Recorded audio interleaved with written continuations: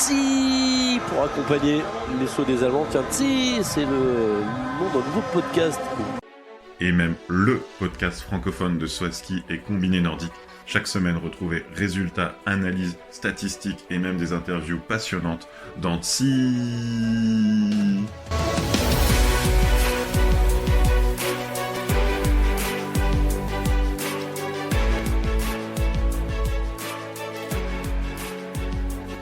Bonjour à tous et bienvenue pour ce 59e épisode de Tsi, le podcast francophone de saut à ski et combiné nordique. Avec moi, Adjok 120, Romain, sayonara. Salut Will. Salut Will, Wilson. alors maintenant. C'est Wilson. Wilson, salut Wilson. Sayonara Wilson. Bien remis de ce week-end nocturne de Sapporo. Écoute, je me suis pas levé à 3 heures du matin. Je crois que c'est toi qui as vu le plus de directs sur ce week-end.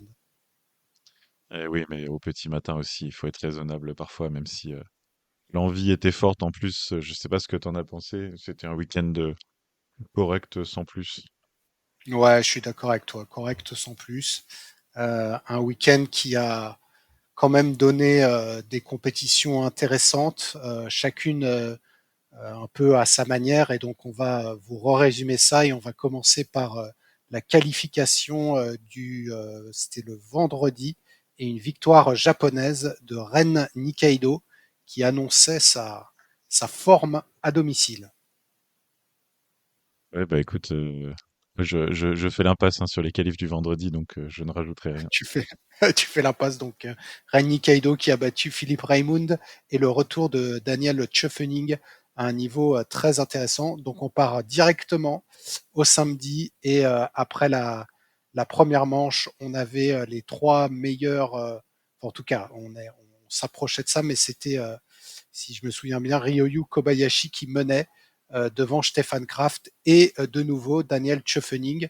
Une première manche avec un saut le plus loin pour Daniel Tschöfening, 129,5 de dos. C'était pas Jojo pour Sapporo, quoi.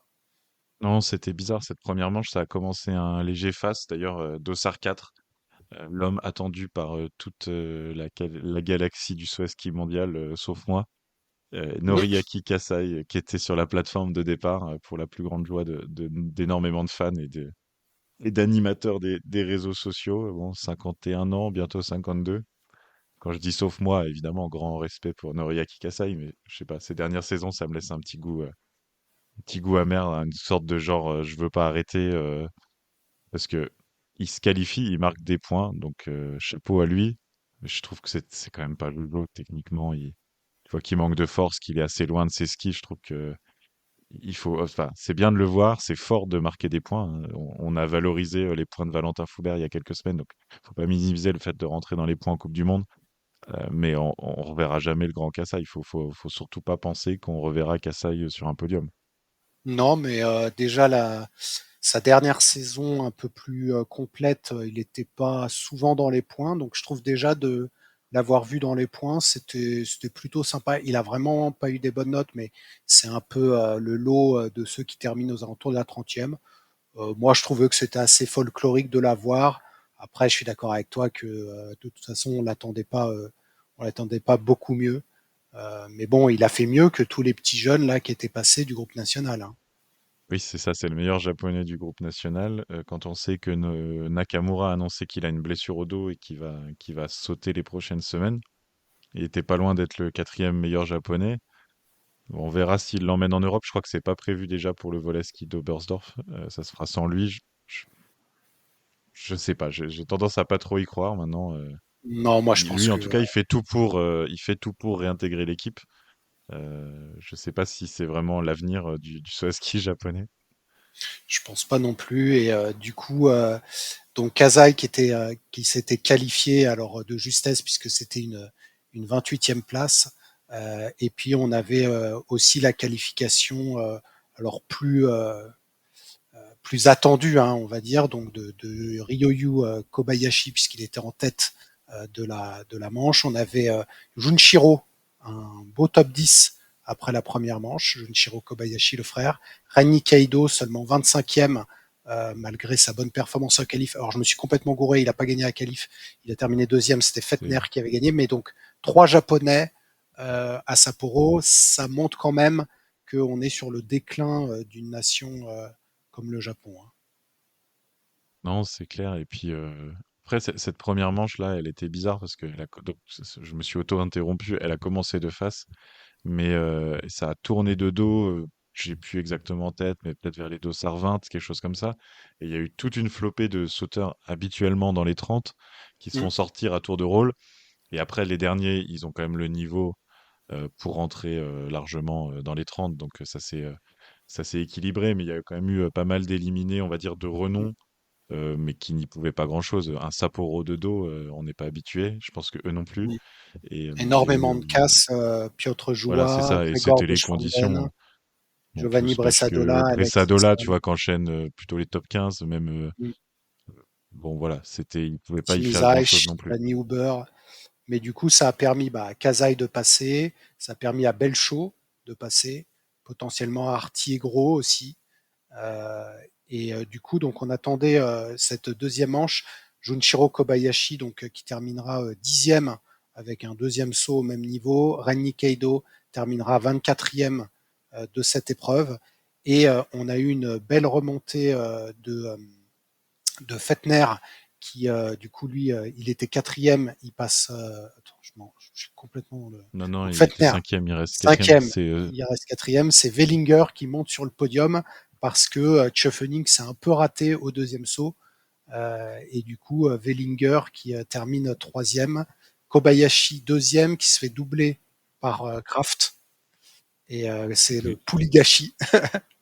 Je garde mes stats sur Puliyashi Vas-y, non, pour tu un peux peu plus sortir tard, parce que pour vu plus qu'il a tard. refait deuxième dimanche, je garde. Mais la Allez, grosse remontée de la deuxième manche, c'est Sundal, 20e, qui remonte à 7e place. c'est ça. C'était C'était pas une loterie. On a eu des mots durs sur les 2 week-ends précédents. C'était pas la loterie absolue Non. comme on peut avoir parfois. Alors, Mais la deuxième manche. j'ai Vas-y. les taux de loterie, si tu veux. Donc, en effet, je m'attendais à pire que ça, mais on a 5,7 sur le premier concours. Donc, on est sur plutôt même on est plus sur ce qui est bas dans nos classements. Hein. Mm. Après, voilà, il y a eu cette sorte de changement de vent. Il y a eu quelques belles remontées. Je pense des sauteurs qui ont eu la mauvaise période, comme justement Sundal ou comme Mm. Laye qui font des belles remontées, mais c'était pas affreux, affreux. Et belle performance du Norvégien Sindre Ulven Jorgensen, qui était septième après la première manche, qui termine 11e. Même Voilà, il fait Roman partie de ceux qui ont Kudelka, eu vent de face en première manche, par exemple. Donc, il a exactement, ouais. clairement profité de son petit dossard, mais il n'a pas fait une si mauvaise deuxième manche. Donc, quasiment, enfin, ça doit être son meilleur résultat, je pense, en Coupe Ouais, du je Monde, pense, ouais. sans trop de suspense. Oui. Mm. Et donc lui, il vient de Asker Ski Club. Je pourrais pas te dire où est Asker, mais à checker aussi dans notre tour d'Europe des petits clubs. Et donc Daniel Schöffning, on va dire que cette cinquième place, quand on a vu qu'il sautait pieds joints le week-end précédent, il est quand même revenu à un bon niveau et on a quatre Autrichiens dans les 6, puisque au-delà de la victoire de Stefan Kraft, donc de 4 dixièmes par rapport à Kobayashi, on a Fettner 4, Tschöffning 5 et Earl 6. Hein, donc les Et Autrichiens Earl très à l'aise. qui revient bien. Et en vente d'eau, Chofenig, vu que c'est pas un immense voleur, ça lui Mm. correspondait bien. Il était un peu moins bon.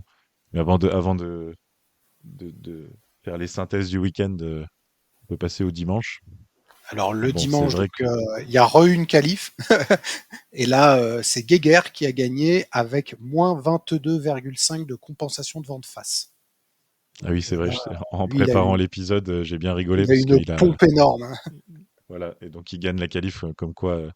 Bon, il a pas été catastrophique ce week-end. Il est remonté dans les points et pas qu'un peu. Donc un petit regain de forme, mais clairement le Geiger pardon, du moment, il gagne pas une qualif, mais c'était la pompe. Là, il y a eu une grande roulette, c'est tombé sur lui. Mais par Ouais. contre, en compétition, vainqueur surprise aussi. Eh ben là, c'est alors il avait terminé troisième de la qualif, hein, donc on le voyait venir. mais là aussi, il a eu moins 14, donc plutôt une pompe. Mais donc, Domaine Preutz qui remporte le concours de dimanche en étant premier de la deuxième manche. Et là, moi, j'ai cru à la dégringolada. Je sais pas toi Ouais, si c'est tu clair. Moi aussi, je me pensais suis qu'il dit, allait bah, venir. c'est vrai que, bah, je me suis dit, il a eu des bonnes conditions en première manche, mais d'ailleurs pas plus que les autres. Non. Je m'attendais aussi à ce que ça soit moins bon. Et finalement, bah, il saute très très bien. Après, Domaine, on sait qu'il est bon à Sapporo. Il avait fait podium aussi l'année dernière. On sait qu'il est bon dans le vent de face. Sapporo, on sait qu'en vent de face, c'est du pré-vol. Donc tout se mettait en place pour une bonne performance de Domaine Preutz. De là à le voir gagner, je pense que ça valait quelques points. C'est une fin de série aussi, hein. On a eu Forfang et Avillingen qui mettaient fin à 5 ans sans victoire. Et lui, Ouais, il était à 4 ans et 11 mois. Donc on est quasiment aux 5 ans aussi. exactement. Depuis Donc, sa dernière victoire à Vikersund 2019. Ça date, hein. et en tout cas, Vikersund, on reconnaît le profil de Domaine. Donc, Domaine qui gagne dans un concours qui là était de face, donc différent du concours de samedi avec des conditions de vent de face. Sundal était deuxième après la première manche. Donc, suite à sa remontée de samedi, il était en lice pour faire une belle compétition. Et troisième après la première manche, c'était Ren Nikaido, qu'on avait aussi un peu vu à la qualif et le samedi. Donc on retrouvait, malgré le vent de face, à peu près les mêmes sauteurs que la veille, ce qui est un peu surprenant. Par contre, Finalement, ouais, c'est ça, c'est intéressant. Kobayashi, Sundal, Kraft, Fettner, Earl, Nikaido, c'était que les sauteurs en forme du week-end, vent de dos ou vent de face. Il y a que Preutz avec son système de saut où ça passe ou ça casse, qui a surperformé. Mais les autres, finalement, sont plus passe-partout. Il y a que Chofenig en finissant 11e qui est moins performant, on va dire sensiblement, que le samedi. Sinon, c'est vrai qu'on retrouve les mêmes sauteurs. Comme quoi, il faut avoir. On en avait parlé, tu sais, le week-end dernier avec Robin Petersen, mhm, sans concession. Je disais, pour gagner un globe, il faut être passe-partout. Et ben, on en a une belle illustration ce week-end. exactement. Et donc Sundal qui fait un très beau podium en terminant sixième de la deuxième manche, donc il limite la casse. Rani Kaido, malheureusement, termine septième parce qu'il fait un peu un gadin en faisant que onzième de la deuxième manche. Et donc c'est, comme tu l'as dit, Ryoyu Kobayashi qui remporte la deuxième manche. Alors moi, la deuxième manche, j'ai vraiment apprécié parce que là, on a eu des super sauts de Kobayashi, de Preutz et même de Fettner. Donc 139 pour Kobayashi, 139,5 pour Domaine Preutz, 140 pour Fettner. Donc Oui, les 6 premiers sont au-delà du HS. Il y a même Peter Preutz 8e et tout. Là, c'était la plus belle manche du week-end, carrément. ouais, Et c'est sûr. bonne condition de face, mais plutôt régulière. Du coup, le jury n'a pas, bon, a serré l'élan. Je sais plus après quel sauteur, mais ça n'a pas trop impacté. D'ailleurs, Bah, c'est il y a après du sang. Fettner normalement, puisque Ah oui, lui il a voilà, c'est ça, sauté de après 16. Fettner, ouais. Il a sauté de la 8e. Et 16. après, du coup, on a quand même eu des 138, 139, donc on s'est quand même régalé. Euh, donc là, tu l'as dit, Kobayashi une nouvelle fois deuxième. Donc là, je sors la stat. Deux Vas-y, fois sors la stat. deuxième ce week-end. Et surtout, depuis le début de la tournée, depuis Oberstdorf, il y a eu 12 épreuves. Il a fini 9 fois deuxième. C'est complètement sidérant. Et surtout, il a été derrière 7 sauteurs différents. En Ouais, fait, c'est dur. il est toujours là, mais c'est jamais. Tu vois, par exemple, si on avait Kraft premier, Kobayashi deuxième à chaque fois, bon, pourquoi pas. Mm. Allez, il y a deux hommes forts. Mais là, il était derrière Wellinger 2 fois, derrière Kraft 2 fois, derrière Lanišek, derrière Earl, derrière Forfang, derrière Kos, derrière Domen. Donc on a des fins de série. La Kos, c'est sa première victoire en carrière. Earl, c'était sa deuxième. Forfang, il met fin à 50 Z. Domen aussi. Genre, Mm. Kobayashi est toujours là, derrière les heureux du jour, quoi. C'est incroyable. Et accessoirement, quand même, sur la période de 12 épreuves, il marque 910 points. Et il marque 100 points de plus que Kraft depuis le début de la tournée. Donc en fait, il Il prend des petits grignote. points comme ça, il grignote, sachant que, bon, moi, je n'entretiens toujours pas le suspense, hein, pour le Globe, mais Mm. il grignote quand même. Et imagine s'il avait converti ses deuxièmes places, parfois d'un rien en victoire à chaque fois, ou et ben, avec le système avec 20 points, tu vois, si 5 fois ça avait été une première place à la place de la deuxième, il serait bien, bien, bien revenu sur Kraft. Ouais, ouais, c'est sûr. Et après, on voit sur son visage, il a pas cette, tu vois, enfin franchement, tu pourrais être déçu, mais limite Ouais, il a pas le seum, ouais. non, il a pas le seum exactement. Donc c'est là où on voit. Et puis en plus, il était chez lui. Enfin, autant surtout le samedi où il perd de 4 dixièmes. Le dimanche, bon, il perd de 4 points. Et puis je pense qu'il sait que Domaine Préhout n'a pas gagné depuis si longtemps. Mais vraiment le samedi, moi j'aurais eu le seum, surtout que Kraft, il lui avait déjà fait le coup à Willingen. T'as dit qu'il y en avait plusieurs différents, mais c'est quand même Kraft qui lui a fait souvent le coup. Bah, 2 fois seulement sur la période, Deux fois mais oui, seulement, oui, d'accord. ouais. Mais oui, non, c'est Ou deux fois je de sais peu, pas, alors. C'est pas. j'ai là, il y a pas d'explication rationnelle, hein, parce que, 2e, ça veut dire qu'il est très, très, très fort. Mm. Là, je crois qu'il y a pas de rationnel en termes de technique de saut, il l'a. Je sais si on regarde les points, il est quand même bien noté. C'est pas toujours le meilleur dans le Kraft à distance égale, il est quand même un peu mieux noté chez Fancraft. Tu vois, par exemple, le samedi, à 139 mètres, Kraft, il a 58,5. Kobayashi à 138,5, donc quasiment le même saut, il a que 57. J'ai regardé, parce qu'on a eu un petit débat sur le Discord, j'ai regardé les deux sauts. Le ski de Kraft, il bouge pendant un millième, allez, un dixième de seconde. Le ski de Kobayashi, il bouge pendant une seconde. Et ça vaut 1,5 point à la fin, tu vois. Ouais, On en est là, quoi. Mais on en est là, ouais. les Après, deux sont bien notés. Kobayashi, donc il a quand même eu un 20 lors du saut, qui est potentiellement le saut du week-end, donc son saut de deuxième manche du deuxième jour. Mais c'est vrai que c'est très serré entre les deux. Et limite, comme tu le dis, Kobayashi est un peu en train de rattraper Kraft. Et donc, à date, on a, je sais plus, 205 points. Oui. Voilà. Ça reste encore. Là, il lui a pris 10 points, quoi. C'est pas non plus. Mais Oui, bon, non, c'est c'est ça. ses deuxième places. Hein. C'est ses Oui. deuxième places. Belle performance Alors, de Benjamin Oswald, qui termine 10e. Je me demande là aussi hmm, si c'est pas sa meilleure performance après Sindreux la veille. si, c'est sa meilleure, c'est son premier top 10 en carrière. Une carrière. Ouais. Surtout qu'il a ce saut là. J'ai regardé à chaque fois plusieurs fois ses sauts ce week-end. Ah, Enfin, genre, je revenais en direct à son impulsion, il arrache tellement. Et là, pour le coup, c'est une fois où je comprends ce que dit le consultant, tu sais. Des fois, il dit, mm, tu sais, des fois, on rigole en disant il a les hanches dans les skis ou ce que tu dis à l'œil nu pour nous qui sommes pas sauteurs, c'est dur à voir. Mais autant là, il fait un saut, il arrache. Franchement, oui, tu vois qu'il part vers le haut, il emporte tout. Et après, ouais. il se penche. C'est vraiment un saut, une technique de saut très spéciale. Est-ce que tu veux mettre en avant deux ou trois sauteurs pour accélérer le tempo? Bah écoute, moi j'avais remarqué le bon retour de Tate France, 23e dimanche, sachant qu'il avait fait deux disqualifications, une pendant les juniors et une le samedi, donc il re-rentre directement dans les points une fois qu'il est enfin, là, et encore une fois, Eric Belchaud et Jorgensen qui mettent des points les 2 jours, et puis mon ami Robin, que je voulais citer aussi, parce que malgré son... alors lui, c'est comme Preutz, hein, il a eu du vent de face et du coup, il s'est qualifié, mais il termine que 28e. Donc voilà pour Ah oui, moi. moi je l'ai mis dans les déceptions, hein, Robin Oh Peterson. non, Il non. a gagné à Sapporo. Déjà, lui, c'était la deuxième fois qu'il venait à Sapporo. Il était allé à la Coupe continentale en janvier. Ah d'accord. Il gagne deux des trois épreuves. Enfin, il fait trois podiums. Et là, il est 39e et 28e. Non, j'étais Ok. déçu, moi, je trouve. Vu comme ça, non, vu comme ça, je te l'accorde. Et bah non, là, on les a tous un peu parcourus. C'est vrai que Sundal, voilà, pour avoir trollé Sundal, la tortue, une partie de la saison dernière, je pense que là, il Mm. faut reconnaître quand même qu'il fait une très très bonne saison, deux podiums. Trois top 10 de suite, il est dans une bonne période. Voilà, sinon on Preutz les a quand même, tous deux top Peter 10, oui. Preutz qui revient bien. Manu Fettner, Earl hein, qui parce fait que deux fois 6. Fettner, oui, Fettner qui alterne le très bon et le très mauvais. c'est Voilà, ça c'était en un fait. week-end de très bon, de top 5.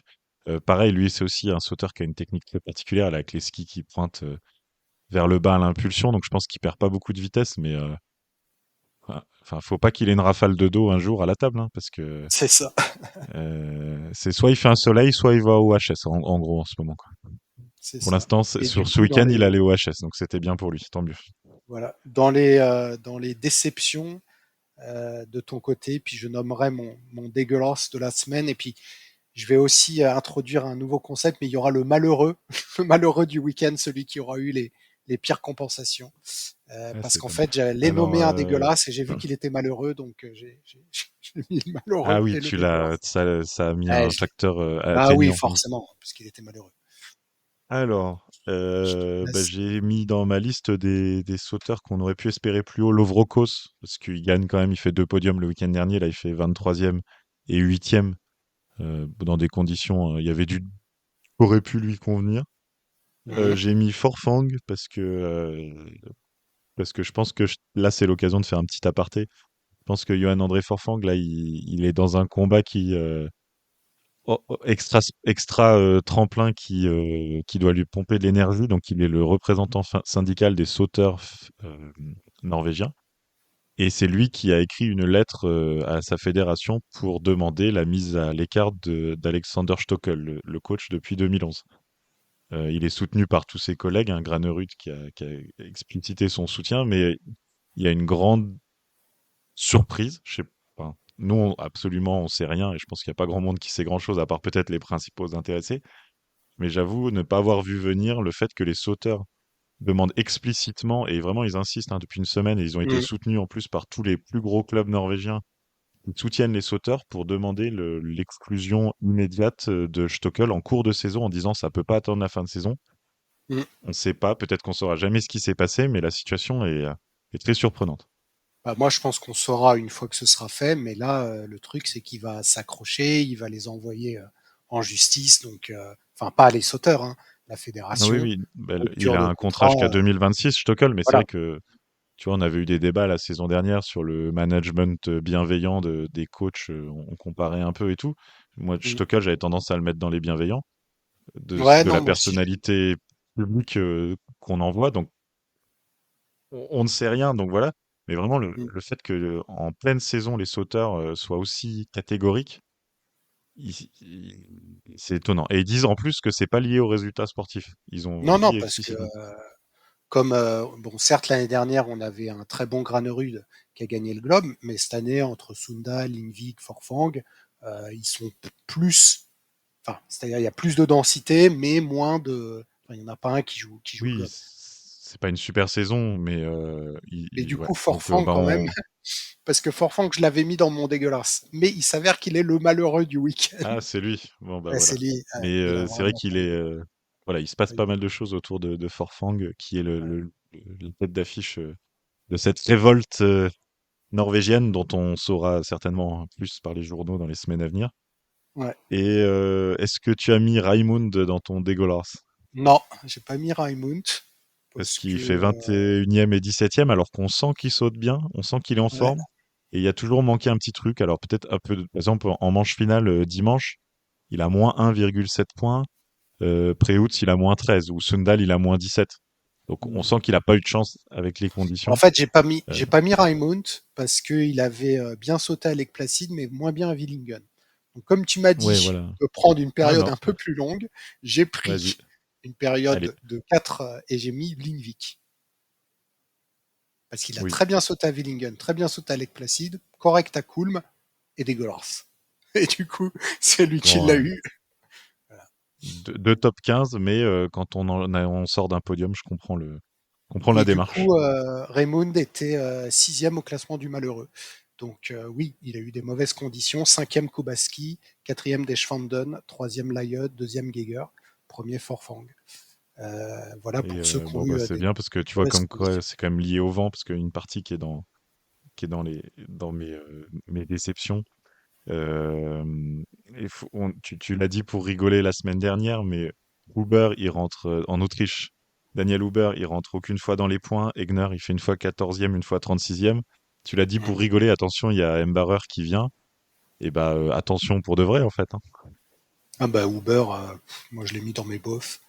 Je le trouve pas Donc, extraordinaire, hein. Je sais pas lequel va sortir. je sais pas, mais je vais regarder. Mbarer, il a 18 ans depuis janvier. C'est-à-dire que techniquement, il pourrait aller au vol à ski. Je sais pas Ah oui, je vois ce que tu veux s'il est, dire. Non, ouais, c'est vrai qu'au Volaski.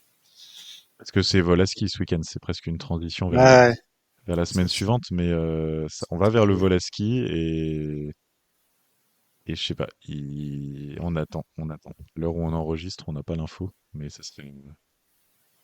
Ça serait une récompense pour lui. Et du coup, quand même à noter en style que donc Domaine Preutz fait son premier podium du concours de style, avec une 3e place sur le week-end. Deuxième, c'est notre ami Ryoyu. Et premier, Stefan Kraft. Alors, je te compte pas le nombre de fois où il a gagné le concours de style, mais pour l'instant, donc, il est en tête avec 18,65, devant Wellinger 18,51 et troisième Kobayashi 18,45. Il y a un gros trou. Franchement, ils sont largement au-dessus du lot, Bah, les comme au trois. général, en fait, hein, Ouais. les trois là.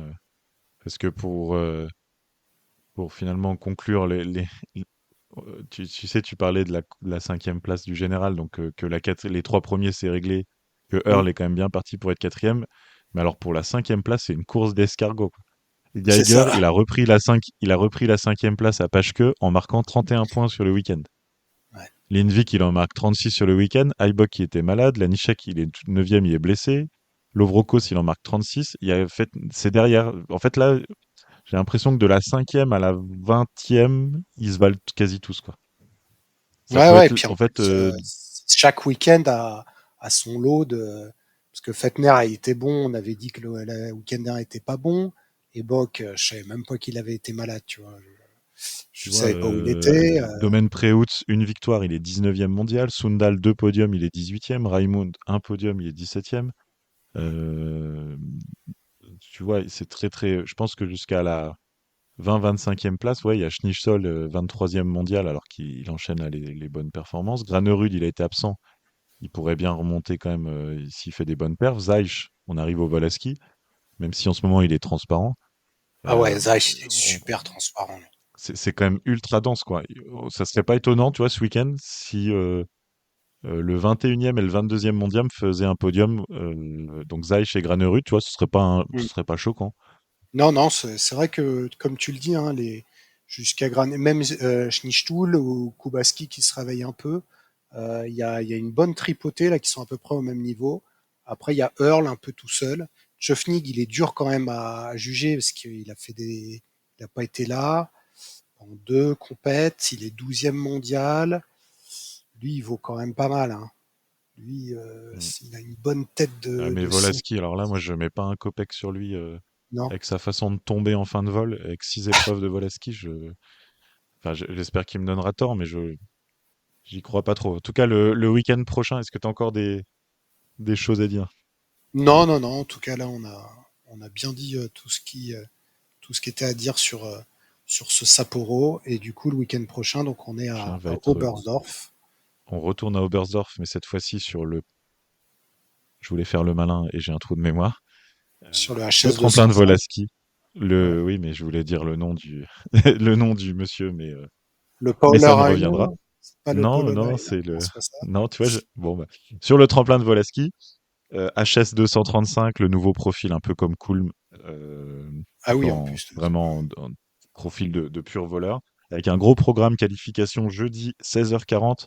Alors, il devait y avoir un entraînement des combinés le matin pour tester si les combinés pouvaient faire du vol à ski. Et il est annulé pour préserver la neige, parce que les conditions sont toujours extrêmement douces, bah, comme partout ailleurs, hein. Malheureusement, mais le programme pur Coupe du Monde est maintenu. Le vendredi, c'est un super team à 15h45 et samedi, dimanche, 2 épreuves individuelles à 16h. Alors, l'architecte, c'est Heini Klopfer. Ah oui, voilà, c'est ça. Voilà son Bah, c'est le nom. nom du Et le champion. record du tremplin, c'est Domaine Preutz, avec Eh ben oui. 242,5 mètres le 20 mars 2022. Du coup, sur ce Domaine Preutz, HS il est 135. à 296 points. Le top 10 est à 545. Ouais, il a 250 points à reprendre en 6 épreuves de vol pour rentrer dans le top 10 mondial. Mm. Ça va être un peu dur. Et bah, on n'y va pas souvent, hein, à Oberstdorf. On y allait donc en 2022, victoire de Timi Zajc et de Stefan Kraft. On y était en 2019, il y a eu 3 sauts, Camille Storr, Kobayashi, Timi Zajc. Et puis il y avait Il y a eu eu les championnats du monde 2018, Daniel André Tande et en 2017, 2 fois Kraft. Donc ça sent quand même bon Kraft, quoi. Ah oui, contre Kraft. Kobayashi et Willinger, oui, ça, je mise Kraft Willinger, il avait qui fait deux devrait. fois deuxième en 2017. Ouais, ils vont peut-être tous là, hein. Ouais, on verra. Et Timi Et Zajc, c'est la... Et c'est aussi la reprise de la Coupe du Monde féminine de saut à ski après la pause normale et la pause forcée de Rasnov de annulée. Rasnov. Elle retourne sur le HS 90, donc là le contraste va être énorme. Le HS Clair. 90 d'Inzenbar, la grande classique autrichienne, au bord du Mm. Danube, donc à 300 mètres. Donc bah, j'ai jamais vu de la neige autour d'Inzenbar, et bah, ça va pas être pour ce week-end, hein. Mais même là, tu m'as envoyé les photos d'Oberstdorf, il n'y a pas de neige, hein.